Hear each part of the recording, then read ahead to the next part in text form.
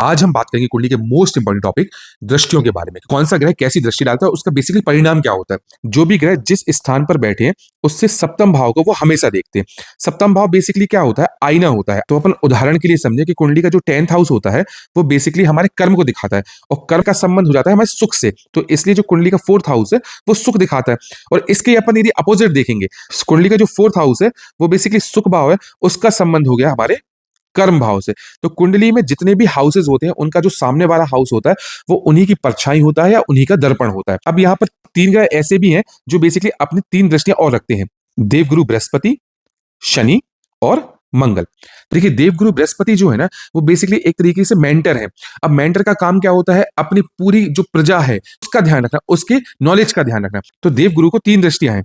पहली है पंचम दृष्टि, देन दूसरी है सप्तम दृष्टि जो सभी ग्रहों की होती है, और उसके बाद है नवम दृष्टि। अब देवगुरु इन तीन दृष्टियों से कहीं ना कहीं हमारी राशि को या हमारी कुंडली को देखते हैं। मतलब कि देवगुरु जहां पर बैठेंगे और जहां पर इन तीन भावों पर दृष्टि डालेंगे, इन भावों को भी बहुत अच्छा करेंगे। तो देवगुरु जिस भी भाव में देखते हैं उसके अच्छे कार्य तत्वों को बेसिकली बढ़ा देते हैं और उसके जो खराब कार्य तत्व होते हैं उनको वो कम कर देते हैं। अब इसको अपन समझे कैसे, कुंडली में मान लीजिए आपकी कुंडली में देवगुरु बृहस्पति की दृष्टि अष्टम भाव में पड़ रही है। अष्टम भाव से हम देखते हैं रोग को, मृत्यु को, कष्ट को, साथ ही साथ गड़े हुए धन को, अचानक संपत्ति को, इनको देखते हैं। तो इसमें नेगेटिव चीज होगी उसको देवगुरु डाउन कर देंगे, मतलब आयु में वृद्धि कर देंगे, जो रोग हैं उनको कम कर देंगे। वहीं पर इसकी जो पॉजिटिव चीजें हैं, पॉजिटिव चीजें जैसे कि अचानक धन दिलवाना या अचानक जीवन में जो आकस्मिक लाभ होते हैं उनमें बढ़ोतरी कर देंगे। अब हम बात करें मंगल देव की या शनिदेव की, तो ये बेसिकली सेनापति है। और सेनापति का क्या रोल होता है, वो बेसिकली जहां पर भी बैठे अपने पूरे साम्राज्य पर और अपनी पूरी संस्था पर दृष्टि रखें। तो इसलिए भी इन दोनों ग्रहों को तीन दृष्टियां मिली हैं। यदि हम कुंडली की बात करें और कुंडली में शनिदेव जहां पर भी बैठते हैं वहां से तीसरे घर को, सातवें घर को और 10वें घर को देखते हैं। अब मान लीजिए शनिदेव 10वें घर में देख रहे हैं और यहाँ पर मित्र ग्रह बैठे हैं, तो इस स्थिति में इस भाव को वो खराब नहीं करेंगे।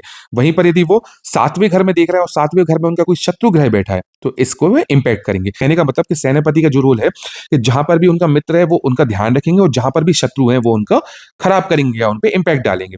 अब यदि हम मंगल की बात करें तो मंगल बेसिकली जिस घर में बैठते हैं वहां से चौथे घर को, 7वें घर को और 8वें घर को देखते हैं। अब मंगल एनर्जी है, तो जिस भी भाव पर दृष्टि डालते हैं उस भाव से संबंधित कहीं ना कहीं फायर क्रिएट करते हैं। अब यदि वो भाव उनके मित्र का होगा तो वो फायर अच्छे वे में करेंगे, मतलब नुकसान वाली चीजों को जला देंगे, और यदि शत्रु ग्रह का होगा तो उसी भाव के शत्रु को नाश कर देंगे। यहाँ पर एक और चीज है कि केतु जो होते हैं ना उनकी दृष्टि नहीं होती है। जो केतु है ना, देखा जाए उनका सिर नहीं है, और सिर नहीं है तो मतलब उनमें देखने की क्षमता नहीं है। पर केतु के जितने भी कार्य हैं वो सिर्फ और सिर्फ राहु द्वारा ही ऑपरेट किए जाते हैं।